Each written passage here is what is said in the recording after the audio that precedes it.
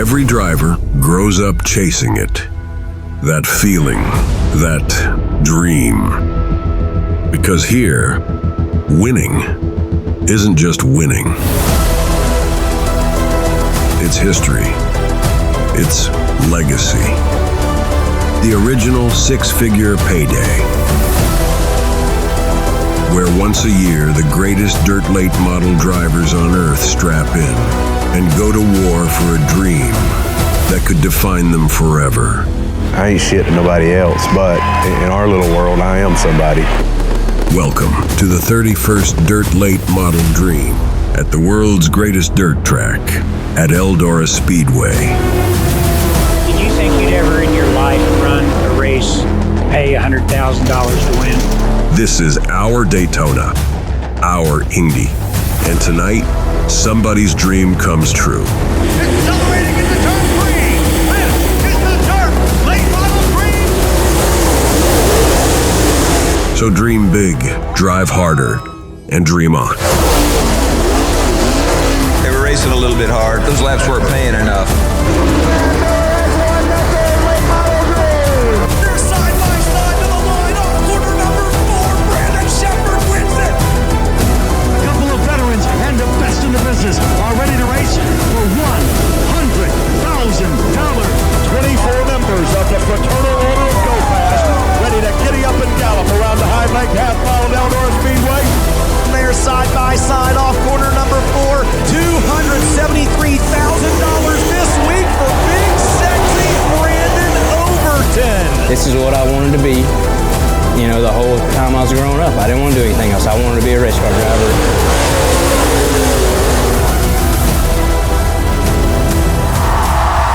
The 30th annual Dirt Late Model Dream is going to be Superman Jonathan Davenport.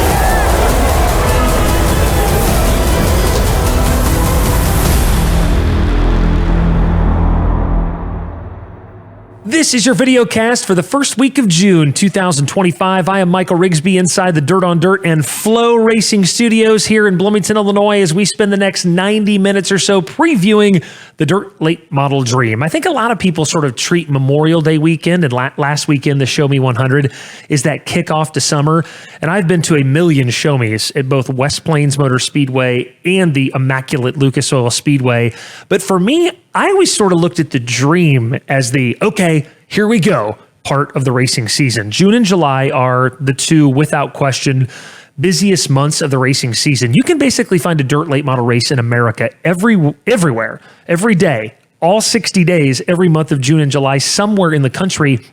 And that is always, it didn't begin with the Show Me for me. I always kind of felt that began with the Dirt Late Model Dream. The Hell Tour starts right after. Lucas Oil and World of Outlaw begin their craziest stretches of the season where they're racing through the week a lot right after. So to me, the Dream is that head down, full blur. And I used to tell my wife, I will see you in September. That's what I used to tell her, because once the Dream hit, I knew the next 2 or 3 months were incredibly busy. Other than Eldora just being Eldora also, for a long time, of course, the Dream being the highest paying dirt late model race on the calendar, it will always be special to me because of its, gateway into the here we go, there's no turning back point in the dirt late model season. I am Michael Rigsby. As I mentioned, we are spending the next 90 minutes previewing the FloRacing Night in America event presented by Kubota on Wednesday at Eldora, followed by the 3-day Dirt Late Model Dream Thursday, Friday, and Saturday. And a reminder, if you want to watch anything that I just mentioned, there is only one place to do it, and that is at FloRacing. June 4th, which is a Wednesday night, will be about a 90-car FloRacing Night in America event presented by Kubota. As we get our 5th race in, the weather looks phenomenal on Wednesday night. Ben Shelton kicking me under the table somewhere saying, don't jinx this right now. We're going to go 5 for 5. Weather looks great on Wednesday. And then the 31st Dirt Late Model Dream, all 3 nights, both of those live exclusively and only on Flo. Before we get to our media roundtable, listen, I know that people know that I'm a bit of an Eldora homer and that I've been going to Eldora since the late 80s, early 90s, and it means the world to me. And I couldn't recall if I'd ever showed these before, but I wanted to illustrate just a little bit about how much this place means to me. Producer Kane Runyon, throw up these photos I've got. Every single year I would go to Eldora, I would get my picture taken with Earl Baltus. No need to make fun of the John Gill hat and shirt, by the way. This was the height of fashion when I was 12 or 13 years old, I promise you. So there you see Earl in his purple Hoosier coat. That's up under the grandstand. I think I was about 12 or 13. This was a few years later in the infield. He's in a water truck getting ready to head out before the A main, and I was down in the infield and asked if I could have my photo taken with him. I show you both of those things just sort of to illustrate again. This place has been a very, very, very important piece of my life, helped shape DirtOnDirt.com, and then in turn helped shape FloRacing after that. We have an amazing relationship with Eldora Speedway, Levi Jones and Jonathan Bateman and Tony Stewart and everybody there.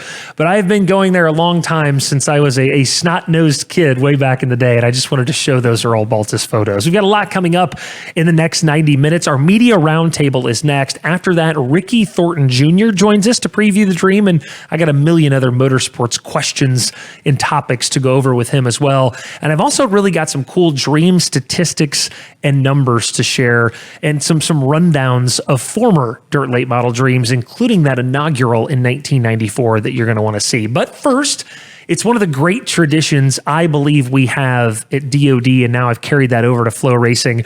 We've been doing this since 2007. So over 18 years now, we have done the media roundtable where I take the experts in our space, our journalists, and throw them all sorts of Eldora questions. So here we go for the 18th year in a row. Let's kick it off right now with our media roundtable. And this guy goes first every single time. He is the GM of FloRacing Night in America. He is one of the voices of FloRacing Night in America. He is the pit reporter for the Lucas Oil Late Model Dirt Series. And I could probably list about 1,000 other things he does as well, but we got to get on with the show. My good friend Ben Shelton joins me now.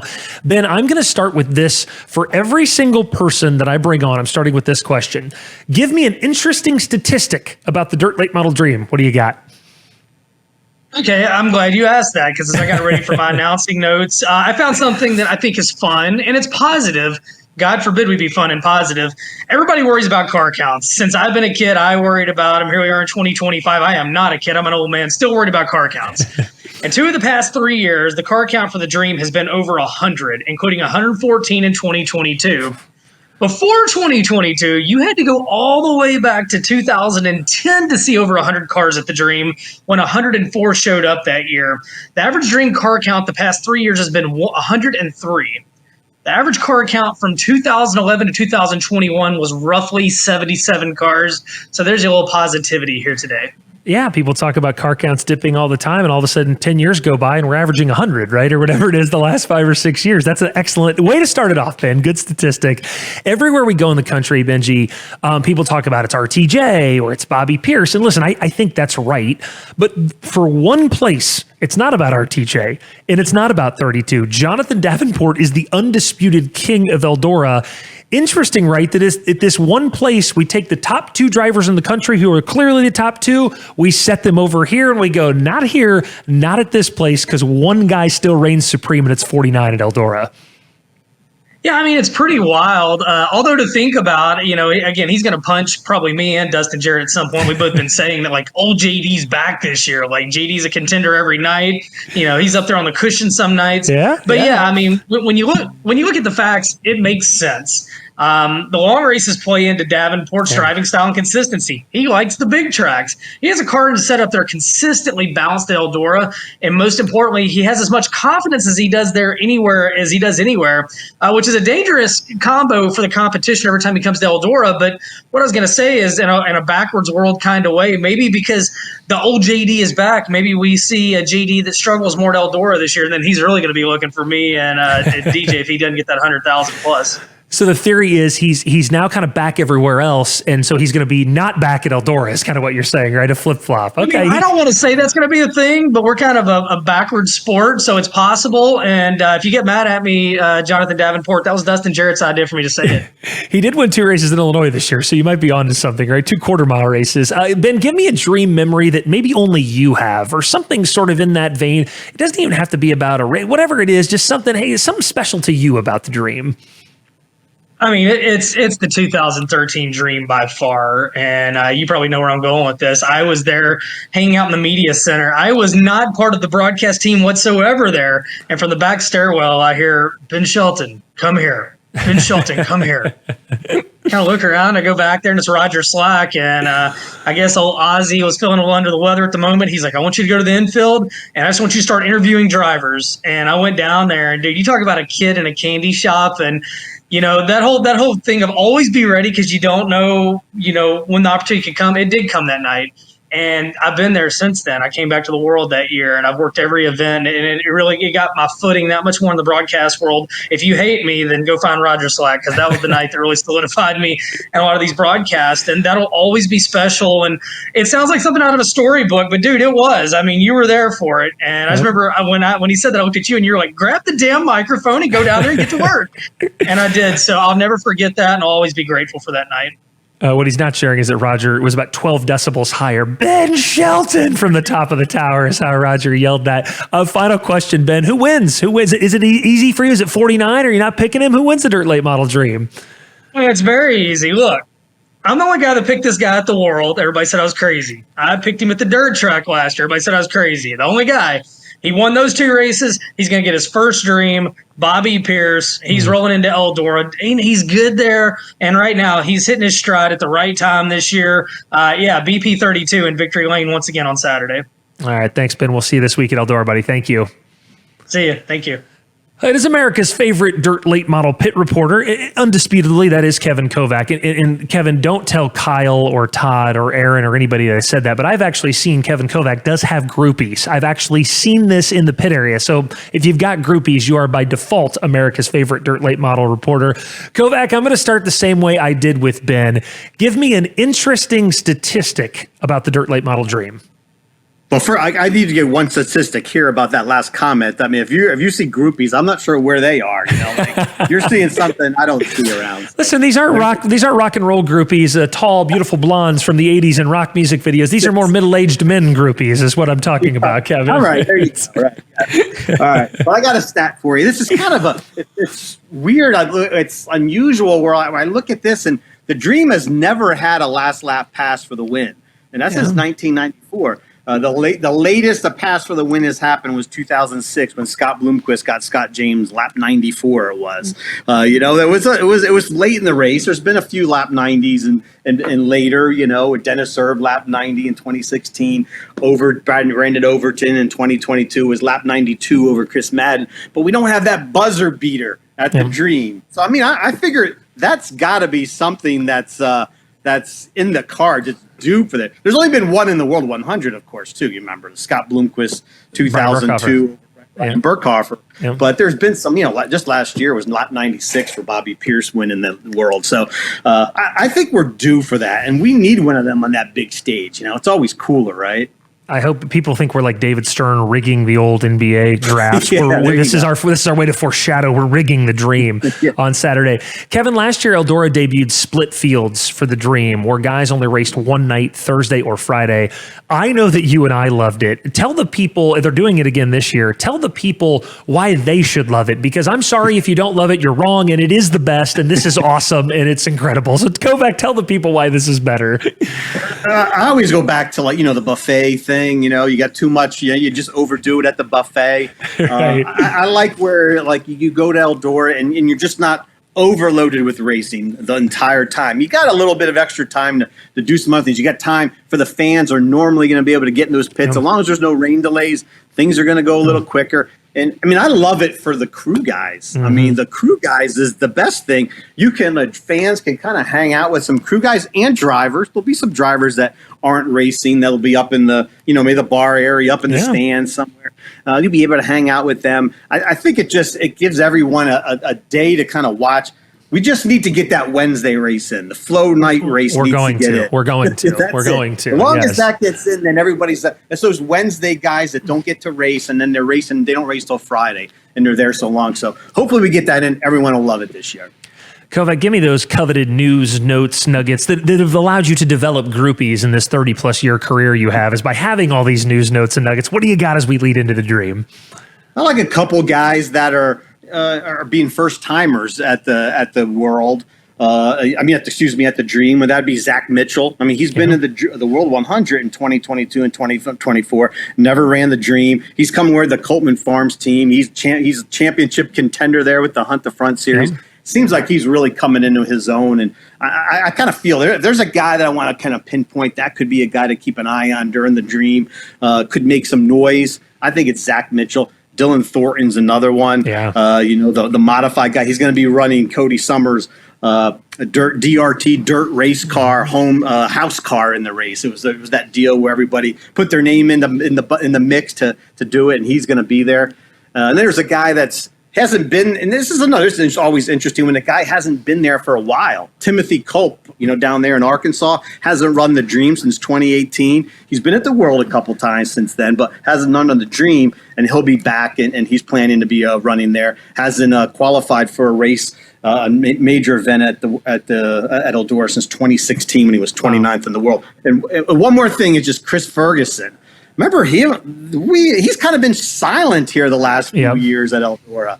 It's like this was a guy had top fives in the Dream and the World. Track record holder at Eldora, I think, briefly back in the day for one point. Yeah. In the last 2 years, he hasn't qualified for either of them. So let's see if Chris Ferguson can get back on track. He's planning to have, hopefully he'll be there with that new Stinger chassis that he brought out during Memorial Day weekend. So let's keep an eye for Chris Ferguson if everything goes right and he's in the field. Ben picked Bobby Pierce. There's no way I'm getting through all 5 of you guys without somebody picking Jonathan Davenport, right? Are you the guy that breaks the seal? Who wins the Dream? Is it 49? Well, before Ben even picked him, that was my thought right there. Bobby Pierce, Okay. I just picked him for the Show Me last week. And I even said, like, hey, the track's going to come to him on Saturday with some rain, and it did. So I'm going to ride with Bobby because I look back at his finishes. I mean, look at his finishes in the Dream starting in 16. He didn't qualify starting in 13. Didn't qualify 3 times. Then he goes 10th, 13th, 28th, 21st, 19th, 15th, 15th. Last 2 years, 3rd, 2nd. Yeah. Works perfectly. Go for the win, $100,000. He completes the crown jewel, career crown jewel at Eldora. The Bobby, what do they call it? Was the Tiger Slam? The Bobby Slam, we'll call it, right? Yeah. When he does this. Thanks, Kevin. Well, I guess appreciate there's no million. There's no million there yet. True. He's going to have to wait another 20 years for that one. Exactly. So thanks, Kevin. Appreciate it. See you at Eldora, buddy. See ya. One of the voices of the Lucas Oil Late Model Dirt Series and FloRacing Night in America, and a guy who will be in the tower all week long at Eldora, is DJ Dustin Jarrett. DJ, so far these statistics have been pretty good. I don't want to put a lot of pressure on you. But what are you bringing to the table, my good friend, for your Eldora statistic? All right, I got 2 actually, because number 1, I would be remiss if I didn't throw in my usual Dale McDowell stat, right? I think I've done that every year for 17 years. Are you Dale McDowell's child? I want to know that. Are you his? You're a child of his, I actually think. I want to try to prove this with a DNA test. We both have great announcing ability. Driving skills are, I might be better. I don't know. Okay, but go ahead. Here's what McDowell has on me, all right? He's made this race 17 years in a row. Now that's counting the stream, right? The way, the replacement race. But he hasn't just made this race 18 years in a row. His average or 17 years in a row. His average finish in those 17 years, 8.3. I mean, that's decent, right? That's not bad. One more for you, by the way. Davenport led all 100 laps last year. This is the first time that's happened since 2012. All the naysayers, Eldora's done, it can't race well. It comes back, Eldora does. 5 lead changes at the World, 8 lead changes at the Dirt Track World Championships. I think Eldora's going to be okay. Hey, these guys, I challenge them with statistics, and they bring the wagon. I love it. All 3 of them have been excellent. DJ, let me slip in a FloRacing Night in America question here, because it's a lot of talk about the Dream. But again, Wednesday night, $20,000 to win round 5 of FloRacing Night in America, presented by Kubota. We've got a hell of a points battle shaping up. We're already to night 5. Last year, I'm pretty sure it was December before we got to night 5. I don't know if that's accurate. It was late in the season, though. I can say that. Eldora is going to be fun because we're going to have 5 nights in already. We got a hell of a points battle shaping up. Let's talk a little FloRacing Night in America Wednesday. You're very close, but the 5th race last year also happened at Eldora, ironically, but September. It was in September. Yeah. Listen, here's what I love about FloRacing Night in America. You take a look at the top 10 in points. 5 guys from the Outlaws, 5 guys from Lucas. Okay, and so I think that's super cool. Number 1. Number 2, talking about the points battle, I don't know if a lot of folks realize this. The top 8 in our points, they're only separated by about 100 points. And that's pretty awesome. You take Pierce, the points leader, out of the equation, like 2nd through 7th, they're separated by like 60 points. So it's a tight points battle. We're going to have all of those guys there at Eldora. Last year, I think before the dream rained out, we had like 91 entries or something ridiculous like that. I would expect that again. And for the folks out there that are clamoring, that they don't like the split fields, all right, show up Wednesday night to FloRacing Night in America. You can see just about everybody race. We call that a teaser. That's my sales pitch there, Rigsby. You've been in the business a long time. You nailed it. DJ, try to explain to someone, and this is always the thing about Eldora that I try to get across, and I don't feel I land the plane perfectly. When something meaningful happens at Eldora, why? And again, I know I'm going to take a little heat for kind of taking this stance against other tracks maybe. When something meaningful happens at Eldora, why it just matters more? Or maybe a different way to look at it, how it feels different in the moment, at that cathedral, at that place. I'm trying to paint a picture for the folks that have maybe never been, or maybe looking for the right words to see it. But when there's dramatic moments there or something in that infield that's right in front, it's sort of hard to describe. And even the hair stands up on my arm right now when I talk about it. It's just different, isn't it? It is. And I had the same conversation with someone the other day. And this is going to sound really silly, but it means more because it means more. And what I mean by that is Eldora is our marquee, whatever you want to call it, Kentucky Derby, Daytona 500, Super Bowl, whatever, right? There are more eyes on Eldora, both at the track and now at home streaming, than any other track we go to. And that's why it means more, but also because the crowd there, man, I'm going to steal one of your lines.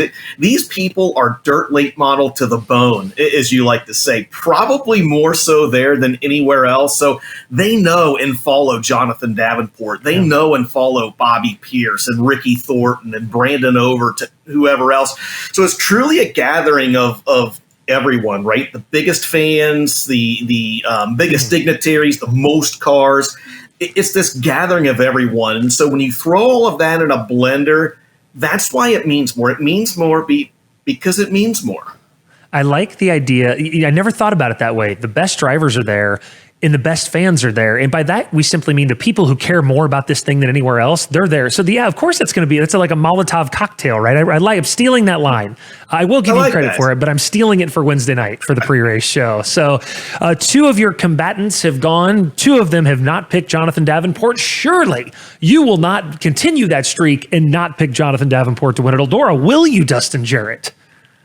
I'm so incredibly disappointed in Ben Shelton and Kevin Kovac because they stole my pick. I had Bobby Pierce down. Yes, Let's go 3 for 3.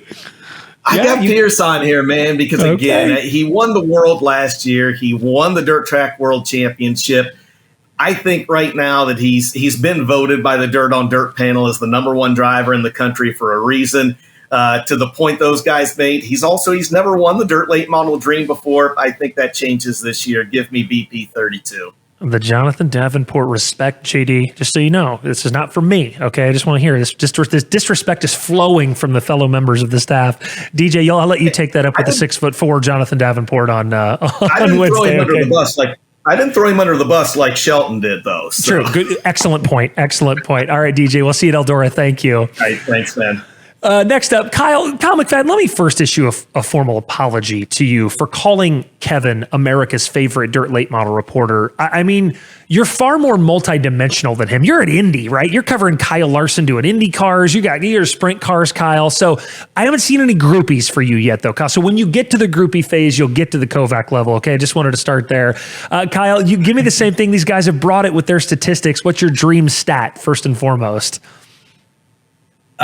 Last year, Jonathan Davenport, he was the first one to win from the pole since Billy Moyer in 2010. So, I mean, that was a pretty heck of a good run there for guys having to come through the field. And then he was also the first guy to win also from the front row since Dennis Erb in 2016. So we've seen guys drive their way through the field. And so, I mean, that's a pretty good stat.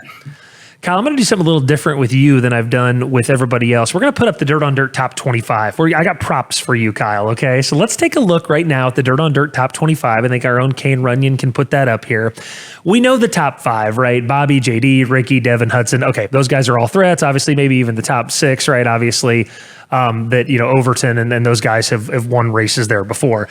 But let's make a case for someone else on the list right here. Just tell me who can we make a case for as we scroll through this? You've got Alberson and Hoffman and Gustin. Let's go to the next slide on the list. You got Shirley and Turbo and McCready and Ethan and Troutman.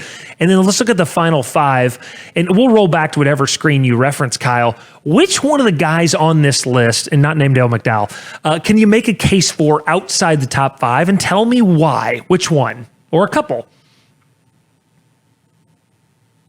Best shot. I mean, in 11 feature starts this year on half miles, he's got 2 wins, 5 podiums. Kyle, we got cut off. You got cut off there for a second. Start that over again, so I know which screen. Who was it that you referenced there? Garrett Alberson. Alberson. So roll back to screen 1, yep. Kane. Got it. Yep.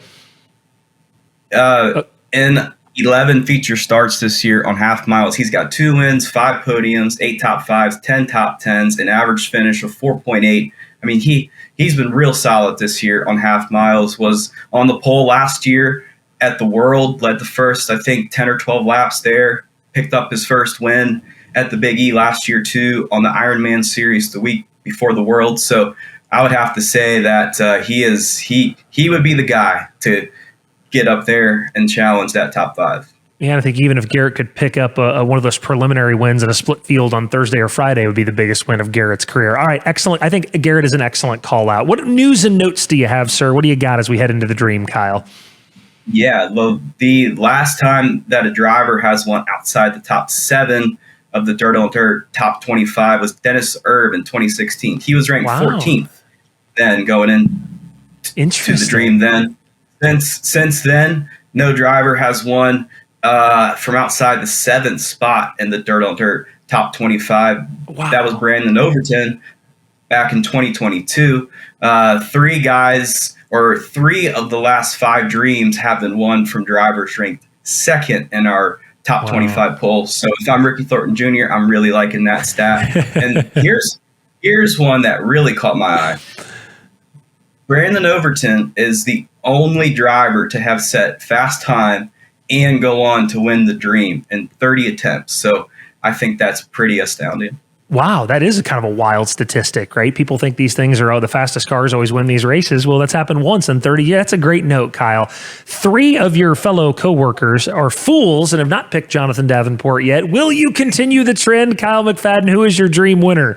I have Bobby Pierce as my pick going into the show, but I can't. I'm not picking Bobby. I have to go Jonathan Davenport. There's no way that one of us can't pick Jonathan Davenport. So I'm going to go out and say that, give me JD. Okay. So let me ask you this. Had the 3 of them not picked Bobby, would you have picked Bobby? Oh, man. I mean, they're like 1A, 1B, right? Yes. To answer your question, yes. But they're so close right now. Like, how can you pick a guy like Bobby Pierce? He's won 14 races and 39 starts this year versus a guy like Jonathan Davenport, who clearly, he's led the last 170 laps at the Dream. There's also a stat there for you, too. So it's hard to go against that. Kyle, I appreciate it, buddy. We'll see you at Eldora. Thank you. Let's round it out with the Hall of Famer, as we always do. And no matter what compliments I pay the other guys, the one that trumps all of them is that Todd Turner is, in fact, a first ballot Dirt Late Model Hall of Famer. He doesn't need groupies because he's in the Hall of Fame. Todd, roll to you now. Dirt Late Model Dream statistic. What do you got for me? So the 2 drivers who have the most starts. I think you're muted, Todd. I think Kane is muted, or is he muted here? I'm not muted here. You're good. I hear you now. Okay. Sorry. See, that's called suspense. That's suspense, guys. We're just building a little suspense for Todd. So I love it. You should have heard what I said before. Go ahead. So the two drivers with the most starts in Dream history without a top 5 finish, both with 11 starts, is Mike Marlar and Jeep Van Wormer. That's a lot of starts without cracking the top 5. Wow. Yeah, that is hard to believe. I guess Mikey caught me off guard. Jeep I could see, but Mikey caught me off guard a little bit. Do you have a personal favorite off the beaten path memory for the Dream, and what is that? I was kind of looking back through all the ones, and I tend to go back to the later ones or the earlier ones. Yeah. And I remember when Charlie Schwartz in 1996, which is kind of, you think of Charlie Schwartz as pre-Dream, but he did run that one Dream and led 60 something laps there, got caught up basically trying to lap Ronnie Johnson when Donnie Moran was hot on his heels, and ends up wrecking in the turn 4 wall. And I remember talking to Charlie, and he was he's a little gruff and upset about RJ and wished he had got out of the way. And but you could imagine if Charlie Schwartz would have won the Dream, that would have been a different angle on his career. Most of his biggest victory were in the 80s, many years before that. So I'll always remember that. It's one of the few times I've talked to Charlie as a racer. His career was winding down early in my riding career. So I'll always remember that. And that was the rain-shortened Dream that Donnie Moran won that ended after 89 laps. Which car? Was he in the Jack Williams car? Was he in the Rayburn car? Which one was he in? The Jack Williams car. Okay. I'm pretty sure. Well, yeah, I'm pretty sure. Because it was a one car. One Eldora event, he was in a Rayburn car, I remember, right? It had the old Ray. I don't remember. That was a rainy one, too. I remember seeing the mud. Todd, I love asking you this question because I think you're uniquely qualified to answer it because you've been to so many of both. Make the case out there, and this is blasphemous in our world, but make the case for the Dream over the World 100. Why could the Dream be better than the World? Make a case. This is good because I was talking to some fans a couple of weeks ago at Eagle, Nebraska, and they'd never been to Eldora. And I told them, I'm like, if you could just go, maybe go to the Dream first. Yeah. And really, why I told them that, a little less crowded. You can maybe take it in a little bit better without too much hubbub. Definitely, the World 100 is worth going to, but you get a little more elbow room at the Dream, maybe. Also, more money for the drivers. That's kind of exciting. And maybe that it's earlier in the year, we're less beaten down by just the summer slog of racing. Really, the World 100 is kind of a relief. Like, we finally made it this far. Where this time in the year, in the spring, we still all have high hopes that we might make it through the year. I tried to say, the best part about this is Todd and I have worked together so long. I opened the video cast and Todd wasn't on the air yet by saying, the best part about the Dream is it's the gateway to the season starting and everyone's hope springs eternal. And I love kind of Todd coming on the back end going, hopefully we can survive. Hopefully we can make it to the end. I'll be honest though, Todd's right. It's just when you cover this sport, Todd, you're just hanging on for dear life until Labor Day right now, or basically, aren't we? Pretty much. Give me your news and notes, Todd, for the Dream 31. What do you got? I didn't know Kyle was going to talk about Garrett Albertson, but I think we're looking at a critical time for him. He's been in the top 4 in Lucas Oil points, wrecked that car at Wheatland last weekend.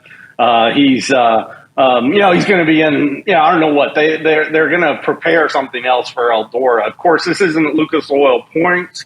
But I think whether he can bounce back and kind of get that going, because really he's had the best half season of his career so far. And so I think we're looking to see what Garrett brings and what he does, not only at the Dream here, but as they return to the Lucas Oil circuit. The next thing is I'm predicting maybe a bucket full of first-time starters. Some of these guys have been mentioned, but we have a bunch of guys that have never made the Dream that I think are pretty good candidates.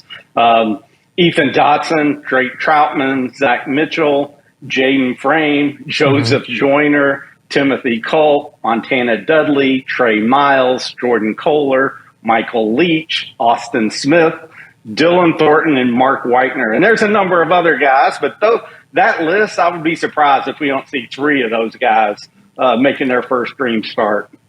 Right now, the ledger is 3 Bobby Pierce picks and 1 Jonathan Davenport pick. And I think he only picked Jonathan Davenport because everyone else was picking Bobby Pierce. Are you going Dale McDowell? I feel like for sentimental reasons you are. Who's your pick to win the Dream, Todd? Maybe I'll mute myself and you can read my list. No, I'm kidding. I got Bobby Pierce. I feel like he's going to win the race. I think he's just hard to pick against. Now JD, I think he's right in there. He's my second pick. If I went 1, 2, 3, I think you've named them. I would go Pierce, Davenport, McDowell. It is kind of crazy that this, isn't it? The last thing I'll say, Todd, we have this guy who is the undisputed dominator of this one track right now. Granted, Bobby's won a couple of big races in a row there, and Bobby's so good right now. It's odd that, not that Jonathan's getting overlooked, but he kind of is, right? 4 of the 5 of you are picking this one guy, and I think 5 of the 5 of you picked this one guy. Something tells me Saturday night we're going to see the 49 in victory lane because of this. I just feel like you guys are manifesting this, Todd.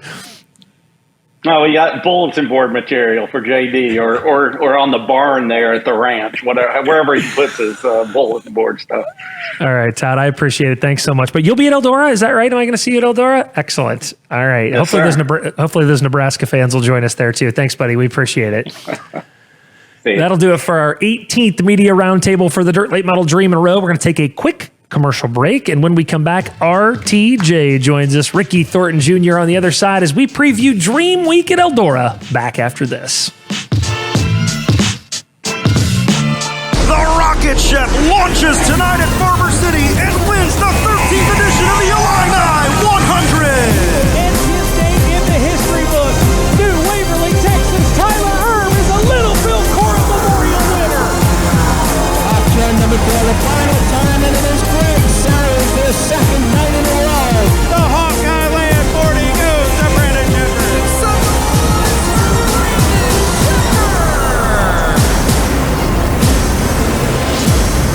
With 45 years of experience, Buzzy Racing has mastered the art of drivetrain specialties, spanning from dirt to asphalt tracks. You're not just a customer, but a valued member of our family, embraced by the tradition and passion embedded in every Buzzy build.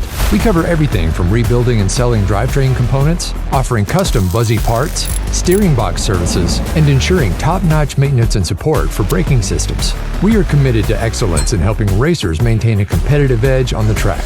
Get it Buzzy built. Allgaier Performance is your one-stop shop for all your parts, tires, shocks, and fabrication needs. From drag strips to your local dirt track and asphalt tracks, Allgaier Performance can get what you need on track and into victory lane. Allgaier Performance is now the Midwest dealer for Longhorn chassis, complete with cars and genuine Longhorn parts and components. Stop by our locations in Springfield, Illinois, or Brownsburg, Indiana, or visit online at allgaierperformance.com. Wasn't quite there, but does he have enough? He did have a peak early. He's looking again. Down the inside, Freddie Smith. He's going to get by, and so is Felker. Freddie Smith gets by, and so does Felker. Bloomquist having a little bit of a handling problem. That car's going sideways. He gathers it back in. Lanigan now running third. He lost a tire, the right rear tire. The yellow comes out. Freddie Smith a half a lap away.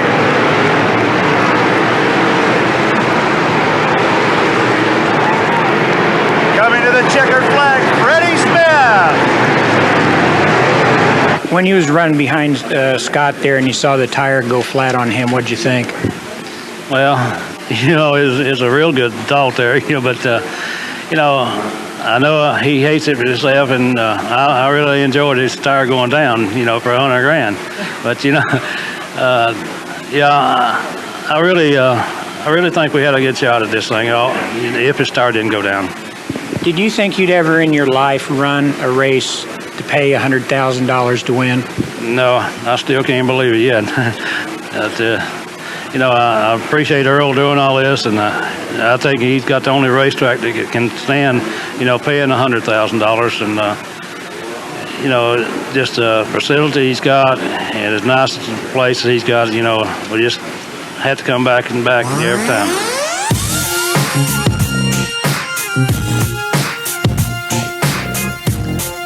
June 4th, 1994, Dream number 1, the first of 2 Freddie Smith wins. It was a little bit of a longer video, but I wanted you to digest it all just to see not only how far the dirt late model Dream has come in 30 plus years, but how far camera technology has come in 30 plus years.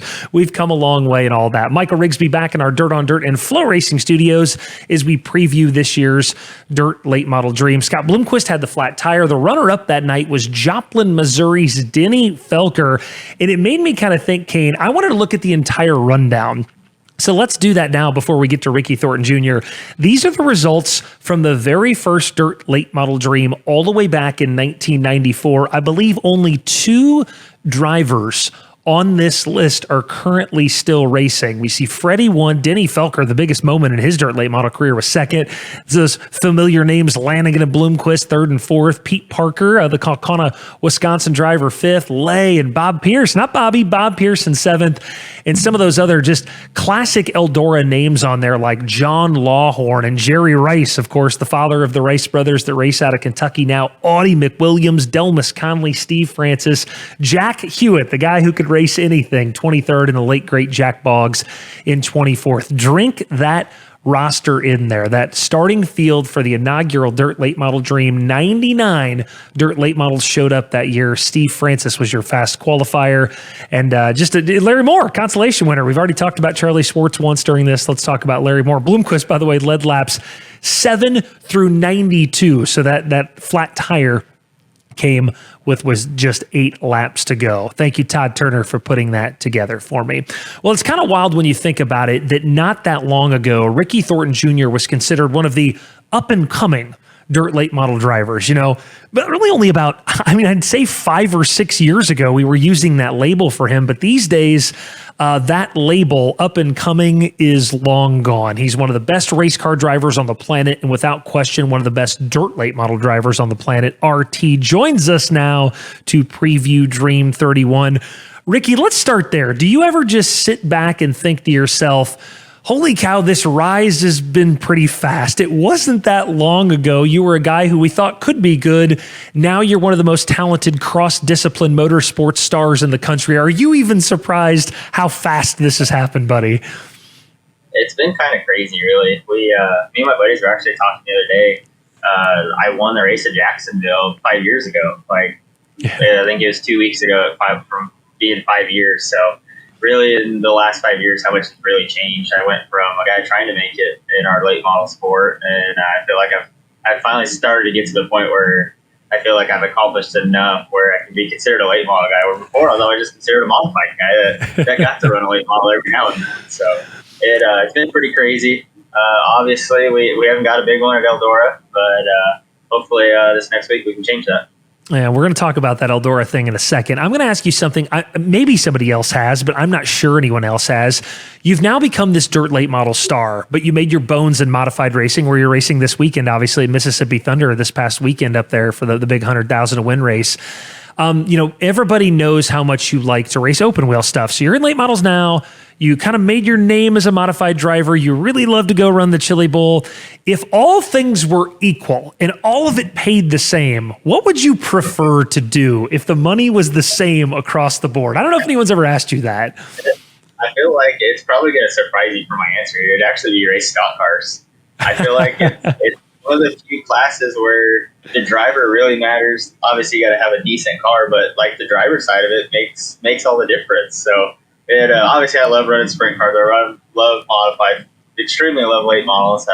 Little kid growing up, I always wanted to be a late model racer. So fortunately, that's what I get to do now. But yeah, if there was a 100,000 to win race across the board and I had to pick one, I'd probably pick a stock car. There you go. Ricky Thornton Jr. likes stock cars and dislikes everything else. That's the headline, I think. That's okay. That's interesting, though. I honestly thought you might say midgets, because I know you've come to love running the Chili Bowl. I thought you might say open wheel stuff. Is that number? Are late models 5th on the list? Don't hurt my feelings too bad here. No, I love running late models. The part I love about late models is it's so technical. Between the air, the setup, putting yourself in the right position. I feel like, as a driver, when you win one of these races, you knew you did something really well. Where, not saying the other divisions aren't that bad, but I feel like there's just a lot more things you got to think about when you're running a late model. Dream Week is on tap. You mentioned you've not won a race at Eldora yet. Maybe that's the answer to this question. But would I just say Eldora? What do you think? Fast, super technical. The hard part for me, whenever I get to Eldora, the prelim nights are always way different than Saturday night. I feel like by the time you get to Saturday, it's like an East Bay style racetrack. It's so slick, so hard to get a hold of, and the guys that have figured it out are the guys that dominate every time we go there. What is it like if someone just walked up to you and say, man, what is it like to rip a lap around Eldora in a dirt late model? How would you describe that? Especially like you said, early in the week when it's fat. What is it like to just rip a lap in one of your cars there? Chaos. It's kind of one of those deals. It's like you got to go scare yourself so you know that, okay, we can do this. I feel like every time we get there, we always run bull rings, and then we go to Eldora. So it's like we never go to like these big Pennsylvania places or anything like that. And then, so it's like you're not used to the speed. You unload, and it's like, all right, go hot lap and qualify. And if you think about lifting, you're going to be in the back half of the field. Yeah, and that's, I think that Bobby Pierce says the same thing. He said the exact same thing you do. If you're not scaring yourself, you can't run Eldora. Is that right? You have to be terrified to run Eldora, at least for a little bit? I think so. Like, it's kind of one of those, like, you scare yourself, like, oh, that wasn't that bad. So the next time you don't really think about it. I got a few fun ones for you. I always look at Shay, you know, your amazing and talented wife and beautiful wife who runs all the t-shirt stuff for you, and the leader of your, I look at her as kind of like the leader of you and your race team, if I'm being honest, right? She's the one keeping everything in order. But the more time I kind of spend around you and your children, I'm starting to think that one of your kids might actually be the one calling the shots, the older and the longer this thing goes. Is that right? And which one, who runs that house right now is what I want to know, because I think it might be the children now. I feel like it's the children for sure. If I had to pick one that runs it, it's definitely Hadley. Like, she's the girl of the group, and she knows it. She gets away with whatever she wants. So if you make her mad, then you know you're going to have a bad day. So has Shay accepted that also, that it's not you or her, it is Hadley that is actually fully in charge of this entire thing? I think there's sometimes she wants to pull her hair out, but overall, Shay does a great job. She keeps us all in line. She makes my job a lot easier. I can focus on racing. She focuses on the kids, the apparel, everything else. How she does it, I have no idea, because I'd probably lose my mind. I got another fun one for you. I want you to pick a driver who is not named Kyle Larson, so take Kyle out. Who is the best driver who you think, and maybe hasn't done it yet, but similar to what you're trying to do? I'm going to go run the Chili Bowl. I'm going to run a late mile. I'm going to run a stock car.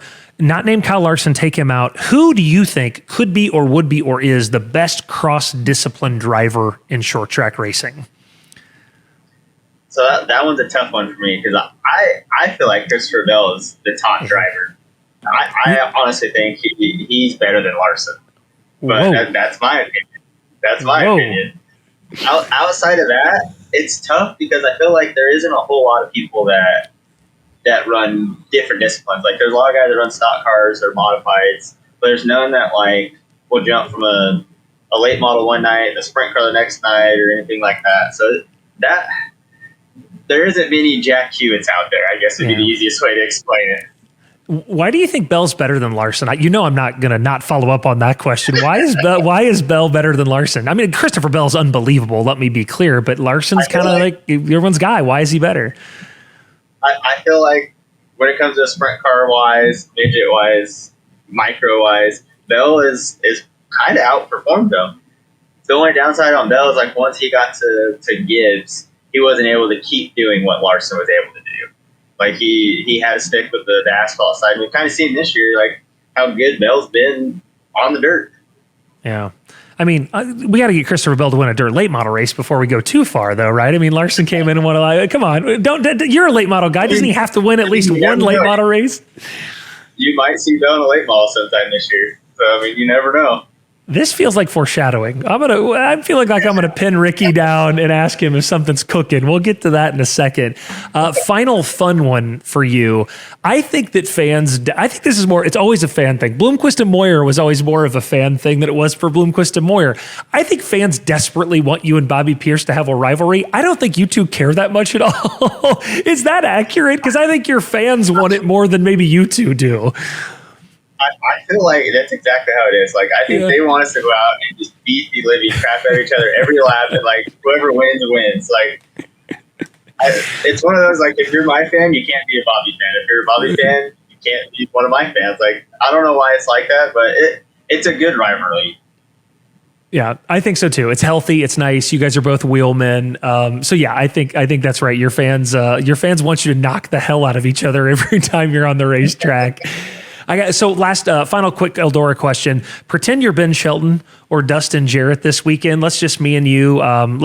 Like, I'm throwing to you, Ricky, and like you're a reporter for me this weekend. It's early in the night, and I say, Ricky, it's Saturday night before the start of Dirt Late Model Dream 31. Who are the guys to watch tonight, Ricky Thornton? Who are you answering with? Pretend to be Ben Shelton for a second.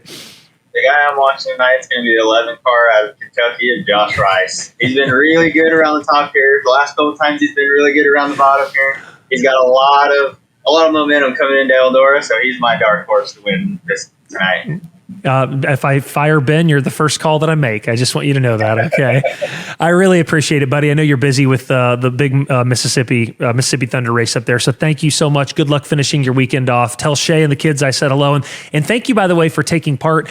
Dirt Season 3, kind of making an announcement here. Dirt Season 3 will be about the Lucas Oil Late Model Dirt Series. We are in the process of filming that right now, and our film crew spent a weekend with you at the Show Me 100 and said they had an unbelievable time. Your kids caught some big fish, I heard, too. Is that right? Yep, very good. Blaine caught 2 on camera, so that was pretty good. Shay actually caught 1 on camera, and Dad caught a big 0.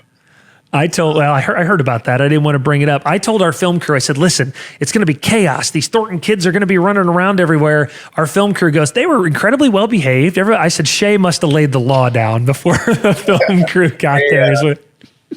I wouldn't say they had an ultimatum, but they had a prize at the end if they were well behaved.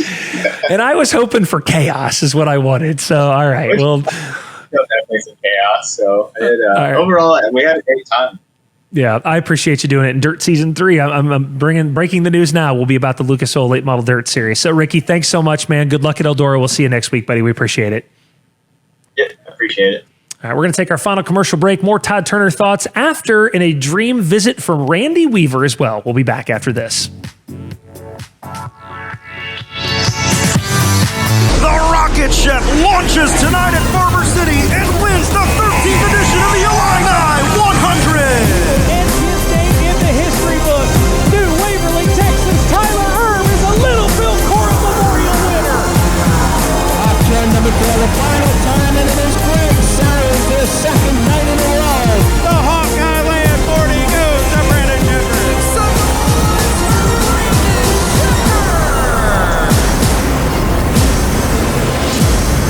With 45 years of experience, Buzzy Racing has mastered the art of drivetrain specialties, spanning from dirt to asphalt tracks. You're not just a customer, but a valued member of our family, embraced by the tradition and passion embedded in every Buzzy build. We cover everything from rebuilding and selling drivetrain components, offering custom Buzzy parts, steering box services, and ensuring top-notch maintenance and support for braking systems. We are committed to excellence in helping racers maintain a competitive edge on the track. Get it Buzzy built. Allgaier Performance is your one-stop shop for all your parts, tires, shocks, and fabrication needs. From drag strips to your local dirt track and asphalt tracks, Allgaier Performance can get what you need on track and into victory lane. Allgaier Performance is now the Midwest dealer for Longhorn chassis, complete with cars and genuine Longhorn parts and components. Stop by our locations in Springfield, Illinois, or Brownsburg, Indiana, or visit online at allgaierperformance.com. Here they go in a 3. White flag. McDowell digging hard. McDowell digging hard down the straightaway. 1 to go for $125,000, Dustin. Final time around, McDowell is right there. Brandon Shepard trying to hang on and get the first Eldora Crown Jewel win for the Rocket House Car team. Through 3 and 4 for the final time. McDowell down low. They're side by side to the line. Off corner number 4. Brandon Shepard wins it.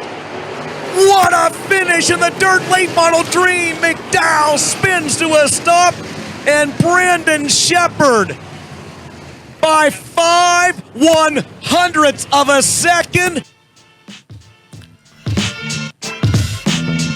We may never have had a last lap Dirt Late Model Dream pass for the victory, but we were awfully close in 2019 when Brandon Shepard held off a spinning Dale McDowell at the line. unbelievable finish that night. Of course, that was a dream victory for the state of Illinois that was cursed at Eldora forever and ever. That got me thinking as well, and I had Todd Turner cook this graphic up for us. In the Dirt Late Model Dream, we call it the state success graphic here. The number of starters from each state, the number of wins, most starts, and a little comment about each one. So the state of Illinois saw Shepherd win in 2019. Illinois has the most starts in Dream history at 89.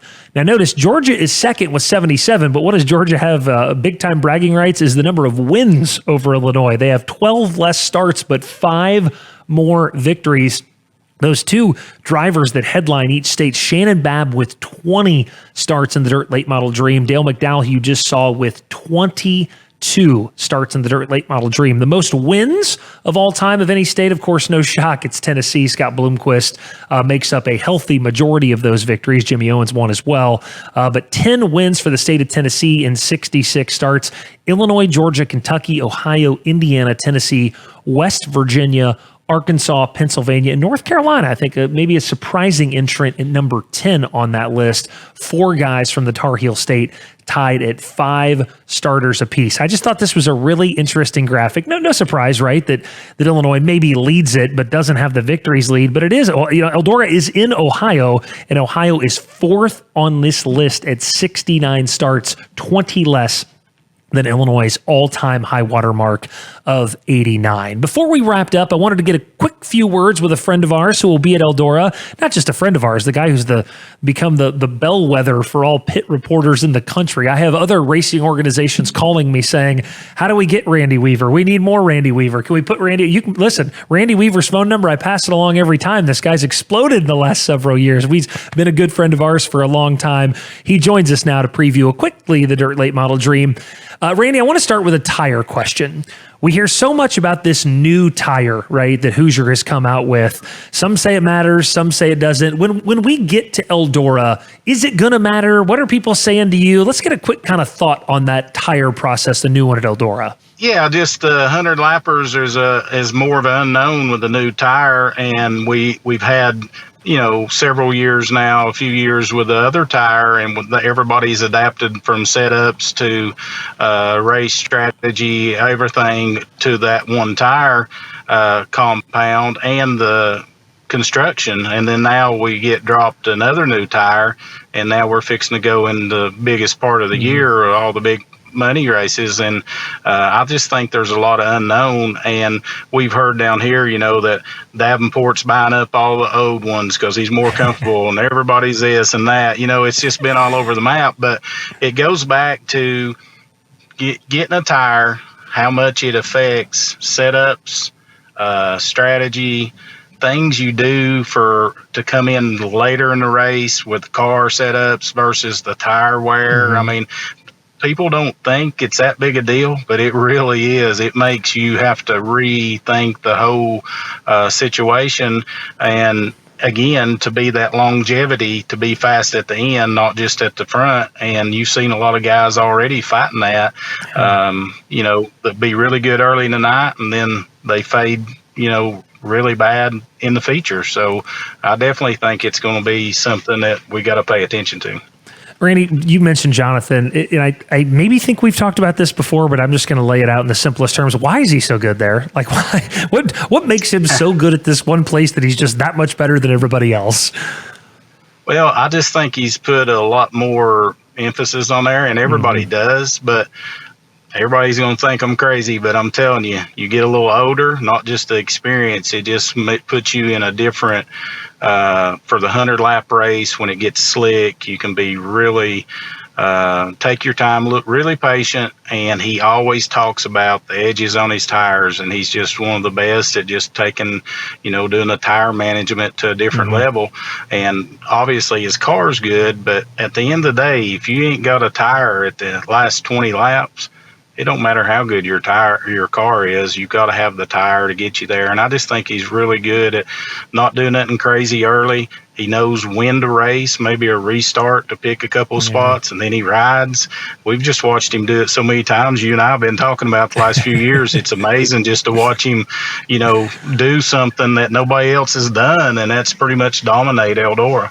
we talked about this earlier, and final thing I got for you. You were a first-time Eldora driver at one point. You went there for the first time. A pretty healthy crop of first-timers going to the Dream this year.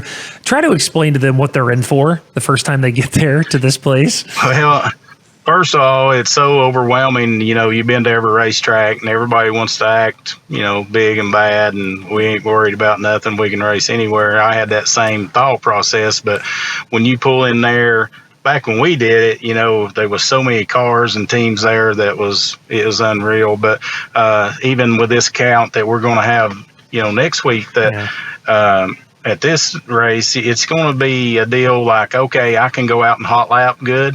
But then when you start racing and, like I said, start using that patience and trying to think about 15, 20 laps out in front of you and, you know, car wise and setup, most of the guys, regional guys, it's really good. They still get overwhelmed. And when they come back home, I always tell them there's going to be two things you'll do. One, you'll go back to your home track and it'll feel like you're way ahead of everybody. You know, everything is so slow motion after being at Eldora.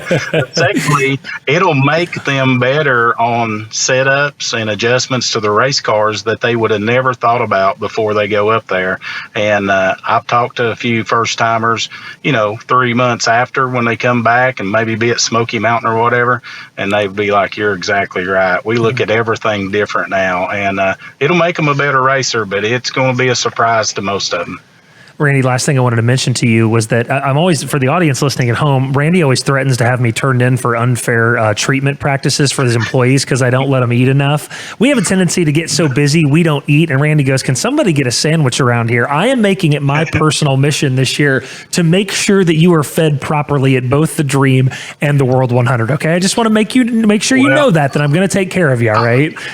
I really probably don't need that by the looks of me and trying to get in and out of a race car every once in a while. But I will say it is all in joking manner. But you're right. We get so busy in trying to get it ready, and especially me because I really feel like I'm out of place and I'm trying to make sure I don't do nothing wrong. It's like finally I'm like, hang on a minute, I've got to eat something.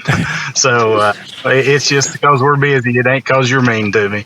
There was a Better Business Bureau complaint that came in from an R. Weaver from Crossville, Tennessee that I got. Randy, I'm so excited about seeing you this next week, buddy. I really appreciate you coming to Eldora. You've become so instrumental in our coverage of that, and I can't wait to see you next week, buddy.